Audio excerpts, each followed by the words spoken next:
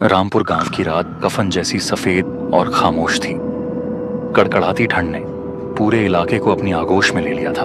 रात का सन्नाटा थोड़ा थोड़ा डर भी पैदा कर रहा था। गांव के बाहरी छोर पर पुराने बस स्टैंड के पास भोला का ढाबा ही एकमात्र ऐसी जगह थी जहां थोड़ी रौनक बची थी। अलाव के चारों ओर अमित, समीर और विक्की बैठे हाथ ताप रहे थे। भाई साहब, आज तो ठंड ने हड्डियों का पानी सुखा दिया है। ऐसी सर्द रात में तो घर से निकलना भी पाप लगता है। सही कह रहा है यार। और ऊपर से ये बिजली विभाग वाले जैसे ही रात गहराती है बत्ती गुल कर देते हैं। अब देखो चारों तरफ कैसा मनहूस अंधेरा छाया है। बस इस अलाव का ही सहारा है। अरे डरपोक कहीं के, अंधेरा है तो क्या हुआ, हम सब तो हैं। वैसे भी ऐसी रातों में ही तो ढाबे की चाय का असली मजा आता है। और फिर आज तो राघव काका भी आने वाले हैं। सुना है उनके पास किस्सों का खजाना है।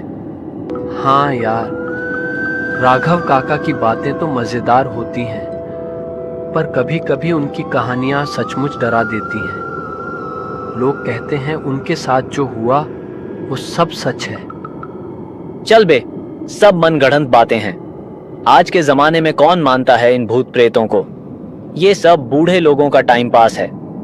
तभी कोहरे को चीरते हुए एक भारी और थकी हुई आवाज आई। वक्त और तजुर्बा जब बोलता है बेटा, तो तर्क खामोश हो जाते हैं। तीनों ने पलटकर देखा। राघव काका अपनी लाठी टेकते हुए धुंध से बाहर निकल रहे थे। उनके चेहरे पर झुर्रियों का जाल था, लेकिन आंखों में एक अजीब सी चमक थी। अरे काका, आप आ गए। हम तो डर ही गए थे कि आज आप नहीं आएंगे। इतनी देर कैसे हो गई? क्या बताऊं बेटा, तुम्हारी काकी की तबीयत थोड़ी नासाज थी। उसे दवाई देकर सुलाने में वक्त लग गया, पर तुम लोगों से वादा किया था तो आना ही पड़ा। काका, आप भी क्या इन बच्चों को डराने वाली कहानियां सुनाते रहते हैं? चलिए आज कुछ ऐसा सुनाइए जो सच में आपके साथ हुआ हो, जिसे सुनकर मेरा विज्ञान भी हिल जाए। विज्ञान? ठीक है बेटा, आज तुम्हें वो किस्सा सुनाता हूं जिसने मेरी जवानी का सारा घमंड तोड़ दिया था। बात पुरानी है, पर जख्म आज भी ताजा है। ये बात करीब 50 साल पुरानी है। तब 25 साल का गबरू जवान था। शरीर में नया खून था और डर क्या होता है मुझे पता ही नहीं था। जमाना बैलगाड़ियों का था। मैं शहर से अनाज बेचकर लौट रहा था। घर पहुंचने की जल्दी थी क्योंकि कार्तिक की अमावस की रात थी। रास्ता जंगलों के बीच से होकर गुजरता था, जिसे लोग भुतहा कहते थे, घाटी कहते थे। मीलों तक कोई इंसान नहीं, बस झींगुरों का शोर और मेरी बैलगाड़ी के पहियों की चर्र चर्र आवाज। ठंड आज जैसी ही जानलेवा थी। चलते चलते मैंने देखा कि रास्ते के किनारे एक पुराने सूखे हुए बरगद के नीचे एक अघोरी बाबा धूनी रमाए बैठे थे। उनकी जटाएं बिखरी हुई थीं और आंखों में अंगारे दहक रहे थे। जैसे ही मेरी गाड़ी उनके पास से गुजरी, उन्होंने मेरी तरफ देखा। उनकी वो नजर, उफ, ऐसा लगा जैसे उन्होंने मेरी रूह को स्कैन कर लिया हो। मेरा मन हुआ कि रुकूं, उन्हें प्रणाम करूं। बड़ों का आदर करना हमारा धर्म है, लेकिन शहर की हवा और अपनी जवानी के जोश में मैंने उन्हें नजरअंदाज कर दिया। मैंने सोचा, रात बिरात ऐसे पागलों के मुंह कौन लगे। मैंने बैलों को चाबुक मारा और गाड़ी तेजी से आगे बढ़ा दी। यही मेरी जिंदगी की सबसे बड़ी भूल थी। अगर मैं उस पल रुक जाता तो शायद मौत मेरे इतने करीब ना आती। जैसे ही मैं अघोरी बाबा से दूर निकला, मौसम ने भयानक पलटी मारी। अचानक तेज आंधी चलने लगी। हवा की आवाज ऐसी थी जैसे हजारों औरतें एक साथ विलाप कर रही। मूसलाधार बारिश शुरू हो गई। मेरे बैल घबरा गए और एक जगह जाकर जम गए। उन्होंने आगे बढ़ने से मना कर दिया। ठंड से मेरे हाथ पैर सुन्न हो रहे थे। बारिश रुकने का नाम नहीं ले रही थी। तभी बिजली कड़की और उस रोशनी में मुझे थोड़ी दूर एक खंडहर दिखाई दिया। वो शायद किसी जमींदार की पुरानी हवेली थी जो अब वीरान पड़ी थी। जान बचाने के लिए मैं उस खंडहर की तरफ भागा। अंदर घुसते ही सड़ी हुई लकड़ी और सीलन की बदबू ने मेरा स्वागत किया। वो जगह सामान्य नहीं थी। वहां का अंधेरा भी ऐसा था जो टॉर्च की रोशनी को निगल रहा था। मैंने एक कोने में कुछ सूखी लकड़ियां जमा की और जैसे तैसे आग जलाई। आग की गर्मी मिलते ही मुझे थोड़ी राहत मिली। आंखें बोझिल होने लगी थीं। मुझे लगा अब मैं सुरक्षित हूं, लेकिन तभी एक आवाज ने मेरे रोंगटे खड़े कर दिए।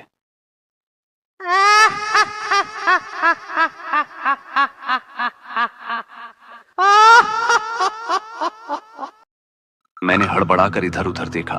कोई नहीं था। आवाज दीवारों के अंदर से आ रही थी, जमीन के नीचे से आ रही थी। मैंने कांपती आवाज में पूछा, कौन कौन है वहां? आग की मध्यम रोशनी में मेरे ठीक सामने हवा में तैरता हुआ धुएं का एक गुब्बार जमा होने लगा। देखते ही देखते उसने एक औरत की शक्ल ले ली। उसके पैर जमीन पर नहीं थे, चेहरा जला हुआ था और वो आंखें पूरी तरह काली थीं। वो धीरे धीरे मेरी तरफ बढ़ने लगी। जैसे जैसे वो पास आ रही थी, आग बुझने लगी और ठंड इतनी बढ़ गई कि मेरी सांसें जमने लगी। उसने अपना सड़ा गला हाथ मेरी गर्दन की तरफ बढ़ाया। मैं भागना चाहता था, चीखना चाहता था, पर मेरा शरीर लकवा मार गया था। मुझे साफ लग रहा था कि आज मेरी आखिरी रात है। मैंने अपनी मां को याद किया और आंखें बंद कर ली। तभी मेरे कानों में एक जोरदार गर्जना हुई। रुक जा पिशाचिनी। मैंने आंखें खोली। दरवाजे पर वही अघोरी बाबा खड़े थे जिन्हें मैंने रास्ते में छोड़ दिया था। उनके हाथ में एक चिमटा था और शरीर से एक दिव्य तेज निकल रहा था। वो दौड़ते हुए अंदर आए और जोर जोर से मंत्र पढ़ने लगे। उनकी आवाज बिजली की कड़क से भी तेज थी। बाबा ने अपनी कमंडल से जल छिड़का। पानी की बूंदें उस साए पर पड़ते ही तेजाब की तरह काम करने लगी। वो आत्मा एक भयानक चीख मारकर पीछे हटी और देखते ही देखते हवा में विलीन हो गई। मैं पसीने से तरबतर जमीन पर गिर पड़ा। बाबा ने मुझे उठाया और बोले, मूर्ख बालक, मुझे पता था तू मुसीबत में फंसेगा। तेरी मौत तेरे पीछे चल रही थी, इसीलिए मैं तेरे पीछे आया। अहंकार इंसान को अंधा कर देता है, पर आज तेरी किस्मत अच्छी थी। उस रात अगर वो ना होते तो आज ये कहानी सुनाने के लिए राघव जिंदा ना होता। राघव काका चुप हो गए। ढाबे पर ऐसा सन्नाटा छा गया था कि अगर सुई भी गिरती तो उसकी आवाज हथौड़े जैसी लगती। अलाव की लपटें अब बुझने की कगार पर थीं। अमित जो कुछ देर पहले तर्क और विज्ञान की डींगें हाँक रहा था, अब पसीने से भीगा हुआ था। उसका चेहरा सफेद पड़ चुका था। क्यों बेटा अमित, क्या अब भी लगता है कि ये सब सिर्फ कहानियां हैं? दुनिया में बहुत सी ऐसी चीजें हैं जो तुम्हारी किताबों में नहीं लिखी, पर उनका वजूद है। काका, मुझे माफ कर दीजिए। मेरी अक्ल पर पर्दा पड़ा था। आज समझ आया कि जिन गलियों का पता न हो वहां का रास्ता नहीं नापना चाहिए, और बड़ों की बात न मानने का अंजाम क्या हो सकता है ये भी देख लिया। काका, अब तो मुझे घर जाने में भी डर लग रहा है। डरने की जरूरत नहीं है।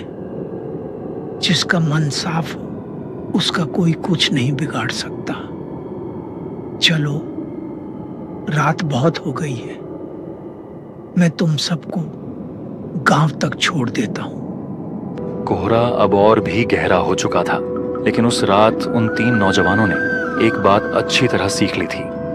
हर अंधेरे के पीछे एक राज होता है, और हर बुजुर्ग का किस्सा सिर्फ कहानी नहीं होता।